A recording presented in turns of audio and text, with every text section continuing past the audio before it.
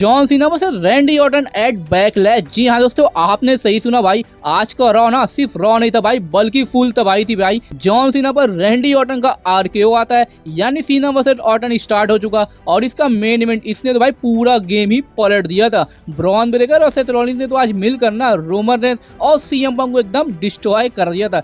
यानी भाई triple H ने भाई सोशल मीडिया देख लिया होगा कि रेसलमेनिया 41 कितना घटिया शो लोगों ने बोल दिया था, तो इसलिए इन्होंने भाई आज का रॉ आफ्टर मेनिया ना एकदम फुल बैंगर शो बना दिया था। तो भाई आज के रॉ ना कुछ ज्यादा ही तगड़ा और ट्विस्ट से भरा हुआ भी था। तो चलिए जल्दी जल्दी इस पूरे शो को ब्रेक डाउन करते हैं। बात करते हैं पहले इसकी स्टार्टिंग से, जिसकी शुरुआत ही दोस्तों अपने new undisputed WWE champion John Cena से होती है। और भाई रिएक्शन तो इनको काफी तगड़ा मिल रहा था। सीना के तो भाई काफी तगड़े तगड़े चैंट्स भी लग रहे थे, मानो जैसे भाई अभी भी ना ये फेस हो भाई, हील नहीं है। यानी हील होने के बाद भी फैंस अभी भी इनको काफी तगड़ा सपोर्ट दिखा रहा था। और जॉन सीना पहले रिंग अनाउंसर को रिंग में बुलाते हैं और इनको ना एक पीस ऑफ पेपर देते हैं कुछ बोलने के लिए, और उसमें लिखा हुआ था the greatest of all time and welcome करिए भाई द लास्ट रियल चैंपियन का। और क्राउड तभी इनको लेकर भाई चीयर करना शुरू कर दिया था। और जॉन सीना फिर इसी पर ना शॉट लेते हुए बोलते हैं कि भाई तुमको क्या लगता है कि तुम लोग नॉइस करोगे, मेरे लिए चैंट्स करोगे तो मैं सब भूल जाऊंगा? तो ये ऐसे काम नहीं करता, आपको माफी मांगनी होगी। तभी दोस्तों क्राउड ना वी एंड सॉरी के चैंट्स लगाना शुरू कर देता है, यानी ये माफी तो नहीं मांगने वाले। और जॉन सीना का कहना था कि हाँ भाई मुझे पता था कि आप लोग माफी नहीं मांगने वाले। यानी भाई आज ना क्राउड इनको चीयर्स भी कर रहा था और थोड़ा थोड़ा बहुत बू भी, लेकिन जॉन सीना कोशिश तो भाई पूरी कर रहे थे कि क्राउड इनको बू ही करे। भाई बंदा ही इतना ग्रेट है कि हील होने के बाद भी ना इतना तगड़ा रिएक्शन इनको मिल रहा था। खैर इसके बाद ना ये बिग स्क्रीन पर अपनी टोटल एपिडेंस दिखाते हैं, जो कि 36 डेट है, जिसमें से सिर्फ 27 डेट्स और बची है भाई इनके इस रिटायरमेंट टूर की।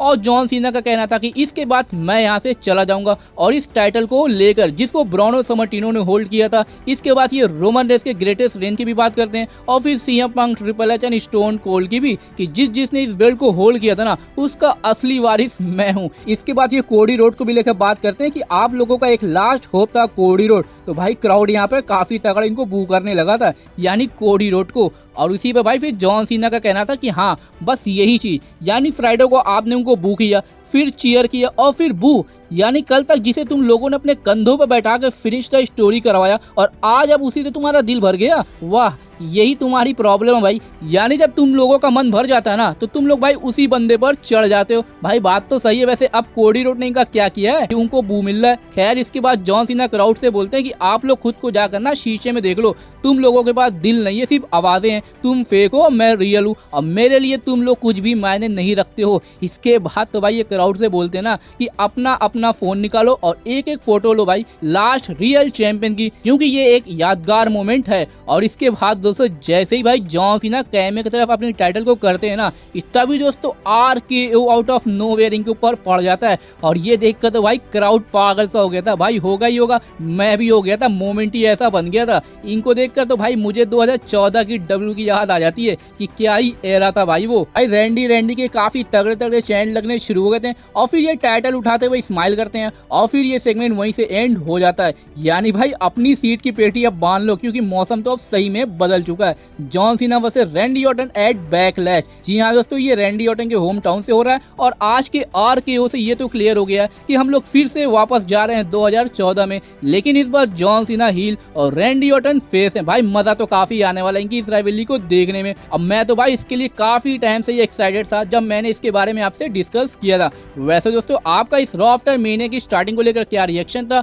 हमको कमेंट सेक्शन में जरूर बताइएगा। उसके बाद दोस्तों शो पर हमको बेकी लिंच और लायरा वल्किरी वर्सेस लिव मॉर्गन और रखेल के बीच में वुमेन्स टैग टीम चैंपियनशिप के लिए ना रीमैच देखने को मिलता है। भाई मैच तो ये काफी तगड़ा था, बल्कि इनके रेसलमेनिया वाले मैच है ना ये और भी ज्यादा बेटर था। यहाँ पर हमको बल्कि बेकी लिंच की तरफ से मैन हैंडल स्लैम भी देखने को मिलता है, लेकिन फिर भी मैच कंटिन्यू रहता है। लेकिन लास्ट में ना लिव मॉर्गन भाई लायरा वल्किरी पर ओब्लियम लगा के पिन करके मैच में विक्ट्री ले लेती है और फिर से भाई रीगेन कर लेती है टैग टीम चैंपियनशिप को। जी हाँ दोस्तों, भाई ये थोड़ा शॉकिंग तो था कि कल हारी हैं और आज जीत गई। शायद ये बेकी लिंच और लायरा वल्किरी को ना रेसलमेनिया मोमेंट जो देना था इसलिए ऐसा किया होगा। खैर मैच के बाद भाई बेकी लिंच भाई इस चीज से ये काफी ज्यादा नाराज थी और इन्होंने भाई लायरा वल्किरी पर ही टर्न ले लिया।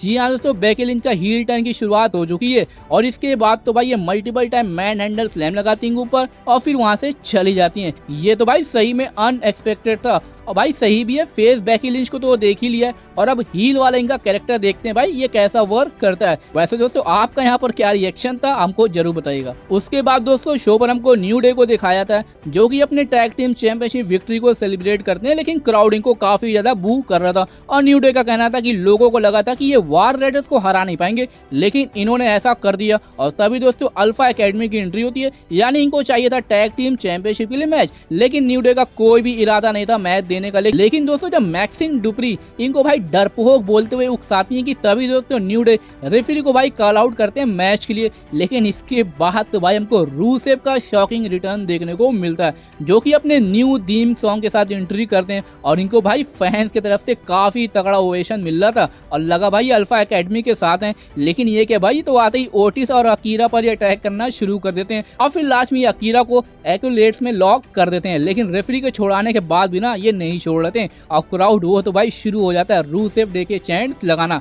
यानी रूसेव ने भाई आते ना तबाही मचा दी शो पर, भाई इसको कहते हैं रिटर्न करना। तो अब देखते हैं नेक्स्ट इन लाइनिंग के लिए क्या होता है। वैसे आपका दोस्तों रूसेव के रिटर्न पर क्या रिएक्शन था हमको कमेंट सेक्शन में जरूर बताइएगा। उसके बाद दोस्तों शो पर हमको women's world champion Iyo Sky का सेगमेंट देखने को मिलता है। फैंस की तरफ से भाई को काफी तगड़ा रिएक्शन मिलने के साथ साथ ना यू डिजर्व इट के चैंट्स भी लग रहे थे। और यहाँ पर तो भाई ईओ स्काई ना अपने रेसलमेनिया मैच के बारे में बात कर रही थी कि वो नाइट इनके करियर की सबसे बेस्ट नाइट में से एक थी और होगी भी भाई इनका फर्स्ट रेसलमेनिया मूवमेंट जो था। और फिर ये अपने आप को ना बेस्ट भी बताती है क्योंकि इन्होंने भाई बेस्ट को हराया था।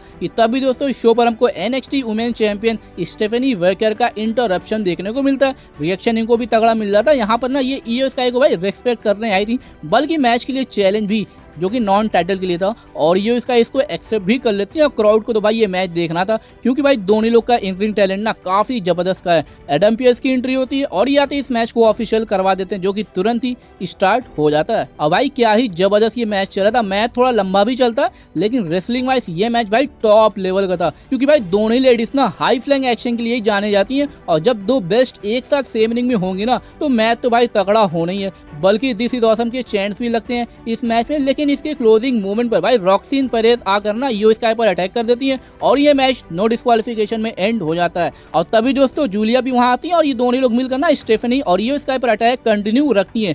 तभी इनको सेव करने भाई रिया रिप्ली की एंट्री होती है और मामी की तो भाई काफी तगड़े तगड़े चैंट्स भी लग रहे थे। रिया रिप्ली चैंपियनशिप को ईओ स्काई को देती है इस इंटेंशन के साथ ना कि इनकी नजरें अभी भी इस टाइटल पर है। उसके बाद दोस्तों शो पर हमको न्यू वर्ल्ड हैवीवेट चैंपियन जे उसो का भाई सेलिब्रेशन देखने को मिलता है और भाई रिएक्शन तो इनको आज भी ना काफी तगड़ा मिल रहा था। भाई बंदा ओवर तो है, ये बात तो माननी पड़ेगी। खैर दोस्तों क्राउड काफी ज्यादा एक्साइटेड था इनको as a world heavyweight champion देखकर, बल्कि इनके लिए भाई यू डिजर्व इट के चैंट भी लगने शुरू हो गए थे। इसके बाद दोस्तों जे उसो प्रोमो कट करते हुए ये बताते हैं ना कि ये रोड इतनी आसान तो नहीं थी और इस चीज को पाने के लिए भाई वो काफी टाइम से वेट कर रहे थे। भाई काफी टाइम ने भाई एक अरसे से ये इसका वेट कर रहे होंगे कि तभी दोस्तों सैमी ज़ैन का रिटर्न देखने को मिलता है। रिएक्शन इनको भी काफी तगड़ा मिल रहा था और ये भाई ना जे उसो को चैंपियन देखकर काफी ज्यादा प्राउड फील कर रहे थे, बल्कि ये इनको गले भी लगाते हैं और क्राउड वो तो भाई सैमी ऊसो और उसी के चैंट लगाना शुरू कर दिया था। भाई इसको देखकर तो ओजी ब्लड लाइन की याद आ गई थी। और फिर जिमी ऊसो की भी एंट्री होती है और इसके बाद ये तीनों लोग मिलकर फेमस ब्लड लाइन वाला हैंड गेस्चर करते हैं और फिर जे ऊसो की म्यूजिक पर रिंग के साथ सेलिब्रेट करते हुए वहां से चले जाते हैं।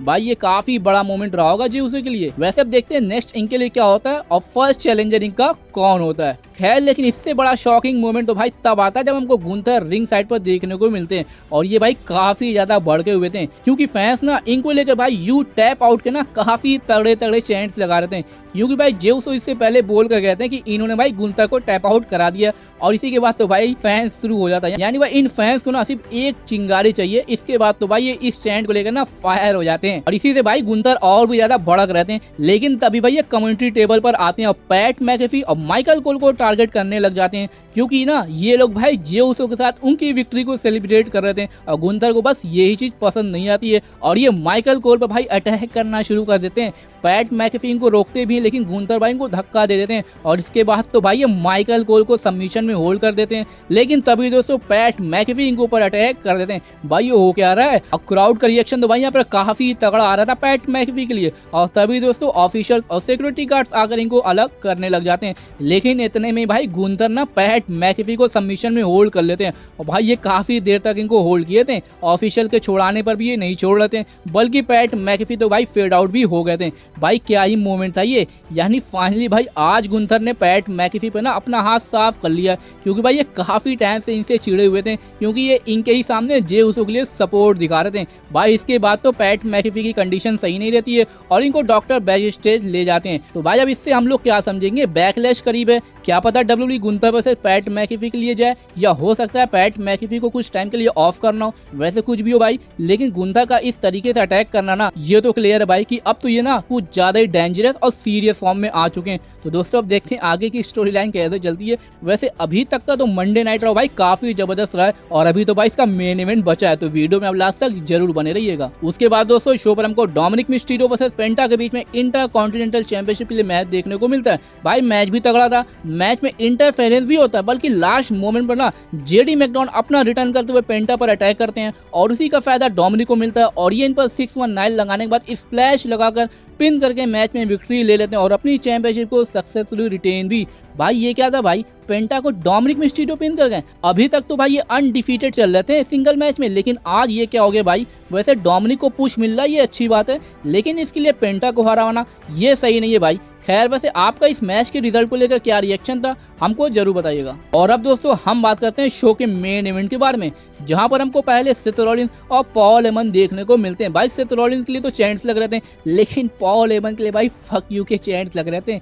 जी हाँ दोस्तों, यानी ये बंदा इस पूरे गेम का कॉकरोच है। सेथ रॉलिंस दोस्तों जैसे खुद को विजनरी बताते हैं कि तभी दोस्तों सीएम पंक की एंट्री होती है और ये भाई आते हैं सेथ रॉलिंस के साथ ब्रॉल करने लग जाते हैं और फिर इसके बाद तो भाई सीएम पंक पॉल हेमन पर जैसे अटैक करते हैं ना, कि तभी दोस्तों सेथ रॉलिंस इनको ऊपर अटैक करने के बाद कर्ब स्टॉर्म लगाकर उनको ठिकाने लगा देते हैं और लगा भाई शो एंड हो गया। लेकिन क्राउड वो तो भाई वी वांट रोमन के चैंट्स लगा रहा था और फिर क्या भाई रोमन रेंस की तभी एंट्री भी हो जाती है। मैंने सोचा नहीं था भाई कि रोमन रेंस आज शो पर होंगे और रिएक्शन तो इनको मिल ही रहा था ओटीसी वाला, और ये भी आते भाई सेथ रॉलिंस पर काफी तगड़ा स्पेयर लगा देते हैं और फिर इसके बाद भाई ये पॉल हेमन पर सुपरमैन पंच लगाते हैं और फिर जैसे ये स्पेयर के लिए जाते हैं ना भाई out of nowhere Bron Breakker Roman Reigns पर स्पेयर लगाते हैं और यही मोमेंट तो भाई आज के शो का ना सबसे तगड़ा मोमेंट में से एक था। और फिर सीएम पंक पर भी स्पेयर आता है। भाई ये क्या था भाई, यानी ब्रॉन ब्रेकर और सेथ रॉलिंस एक साथ और उसी में पॉल हेमन। भाई ये तो गजब की स्टोरी लाइन है भाई। बल्कि इसके बाद भी दोस्तों ब्रॉन ब्रेकर रुकते नहीं है,